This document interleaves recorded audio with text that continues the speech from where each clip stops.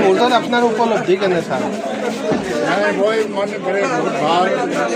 আজি মই ধন্যবাদ দিছোঁ চাফাগুৰি বাসী ৰাইজলৈ।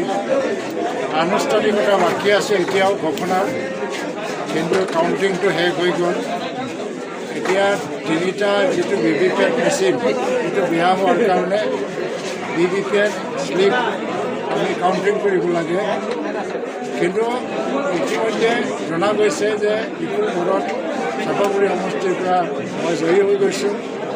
তাৰ কাৰণে চাফাগুৰিবাসী ৰাইজলৈ মোৰ অন্তৰৰ পৰাই মই ধন্যবাদ জ্ঞাপন কৰিছোঁ। কাৰণ তেওঁলোকে খোলা মনেৰে উদাৰ মনেৰে মোক যদি গ্ৰহণ নকৰা হ'লে আৰু উদাৰ মনেৰে তেওঁলোকে মোক ভোটদান নকৰা হ'লে জাতি ধৰ্ম বৰ্ণ নিৰ্বিশেষে মই আজি জয়ী হ'ব নোৱাৰিলোহেঁতেন। আৰু এই কৃতজ্ঞতা মই সদায় ৰাখিম। জনগণৰ ৰাইজৰ প্ৰতি কৃতজ্ঞতা সদায় থাকিব। আৰু জনপ্ৰতিনিধি হিচাপে মই ৰাজ্যৰ ডেভেলপমেণ্টৰ কাৰণে সমষ্টিৰ উন্নয়নৰ কাৰণে যিখিনি কৰিব লগা সেইটো মোৰ কৰ্তব্য হিচাপে মই কৰি যাম। প্ৰথমতে মই UPPLৰে আমাৰ ৰাকেশ ব্ৰহ্ম আছে, মই ব্যক্তিগতভাৱে মই ধন্যবাদ দিছোঁ। আৰু GSPৰ পৰা ঘনশ্যাম দাস আছে, তেওঁকো মই ব্যক্তিগতভাৱে ধন্যবাদ জ্ঞাপন কৰিছোঁ। কাৰণ তেওঁলোকে এই নিৰ্বাচনটো এই সমষ্টিৰ ভিতৰত নেতৃত্ব প্ৰদান কৰিছে।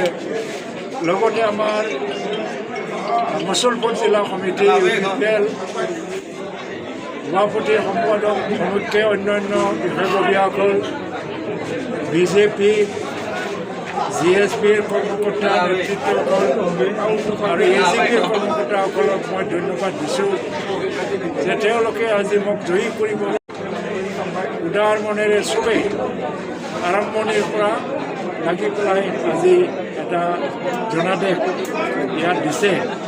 সেইকাৰণে আজিৰ দিনত মই আনুষ্ঠানিকতা বাকী আছে বুলি মই ইতিমধ্যে কৈছোঁ। তথাপিও যিটো কাউণ্টিং হৈ গ'ল, ভোটৰ গণনা, সেইটো মই জয়ী হোৱাটো কথা।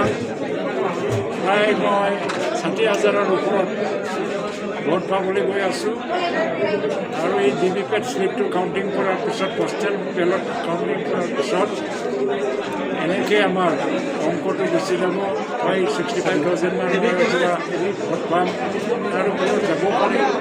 তথাপিও আজি যিটো জনগণৰ মেণ্ডেট সেইটো লৈ পেলাই দিছপুৰত BJP নেতৃত্বত যিটো চৰকাৰ হ'বলৈ গৈ আছে, তাৰে লগত থাকি আমি এই অঞ্চলৰ উন্নয়নৰ কাৰণে, শান্তিৰ কাৰণে আৰু সকলোৰ মংগলৰ কাৰণে কাম কৰি যাবৰ কাৰণে ওলাইছোঁ। মিনিষ্টাৰ পদৰ কথা কৈছে মিনিষ্টাৰ পাব বুলিয়ে এই সমষ্টিৰ জনগণৰ ৰাইজে মোক ভোট দিছে। দল সংগঠন নিৰ্বিশেষে আৰু জনগণৰ ৰাইজৰ এইটো আশা আকাংক্ষা পূৰণ কৰিব বুলি মোৰ বিশ্বাস আছে। আৰু যি দায়িত্ব দিব সেই দায়িত্ব মই পালন কৰিম।